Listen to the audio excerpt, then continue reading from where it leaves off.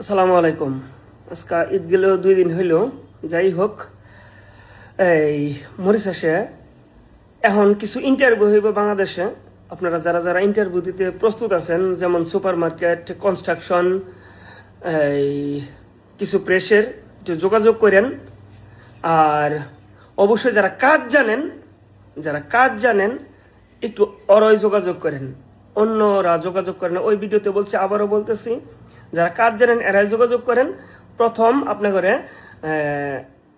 অফিসে আসার পরে প্রাথমিক একটা ইন্টারভিউ নিব, কাজ পারবেন কিনা। দ্বিতীয়ত যদি পারেন তাহলে আবার ডাকবো এরা ফাইনাল ইন্টারভিউ দেওয়ার জন্য। ওইখানে যদি পারেন তাহলে আপনার পাসপোর্ট এবং সিকিউরিটি মানি দিবেন। এইরকম সিচুয়েশনে চলতেছে, এটাই বাস্তব। আর দ্বিতীয় কথা এটা বলতেছি, আপনারা যারা আগে তাড়াহুড়া করছেন, যারা তাড়াহুড়া করছেন কবে খুলবো ওই দিন আইসা গেছে ভাই। আর দোয়া করেন, এটা বলতেও ভয় পাই, সব সেকশনই আস্তে আস্তে খুলে দিব। বাংলাদেশের কিছু ভাটপার আছে, এটা শুই না আমতাজ বিষয় বানানি শুরু করব। অগর হাত থেকে সাবধান। যার কাছে বই দেন এর ব্যাকগ্রাউন্ড যাই না, শুই না, বুঝা তারপর একটা অফিসে বই জমা দেন, আমার কাছে দেন, আরেকজনের কাছে দেন।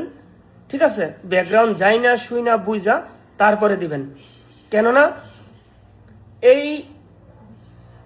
এখন যে সিচুয়েশনের মধ্যে আছে, মানে প্রতিদিন 2 নাম্বার বিষয়রা বানাইতেছে প্রতিদিন। ভাই এইরকম 2 নাম্বার বিষয় বানাইলে, হ্যাঁ, এই দেশে সরকার যদি ভালো করে জানতে পারে তাহলে অরিজিনাল যে বিষয়গুলি দিব না ওইটাই বন্ধ করে দিব।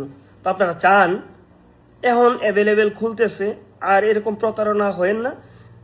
আপনারা এখন মিডিয়ার যুগ, একটু তথ্য নিয়ে তারপরে বইগুলি জমা দিয়েন।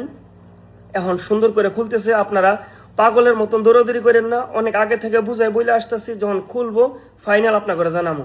এখন ওই সময়টা আসছে। গার্মেন্টসের বিষয়ে বলতেছি কিছু, এটা শোনেন। গার্মেন্টস এই দেশে যেটি আছে, অনেক বড় বড় গার্মেন্টস এখনো ফাইনাল খোলে নাই। কেন? এগোর আগেরই লোকজন আছে, বাংলাদেশ থেকে নিয়ে আসবো কিছুদিন পরে। যারা শ্রীলঙ্কা থেকে, নেপাল থেকে, মাদাগাস্কার থেকে লোকগুলি আনছে, এগোর কন্ট্যাক্ট শেষ না হইলে তো আমাকে বাংলাদেশ থেকে নিব। একটু অপেক্ষা করেন, আস্তে আস্তে এই কোঠাগুলি খালি হইব, তারপরে বাংলাদেশ থেকে আনবো। সবাই যে কাজ জানেন অপেক্ষা করেন, সুন্দর সময় সুযোগ আসছে। অপেক্ষা করছেন অনেক বছর, আরেকটু করেন। আপনারা পাগল হয়েন না, পাগল হইয়া কম টাকা দিয়ে আসতে যাইয়া ধরা খায়েন না।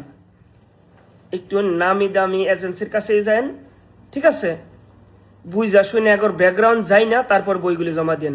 তো ভালো থাকেন, আল্লাহ হাফেজ।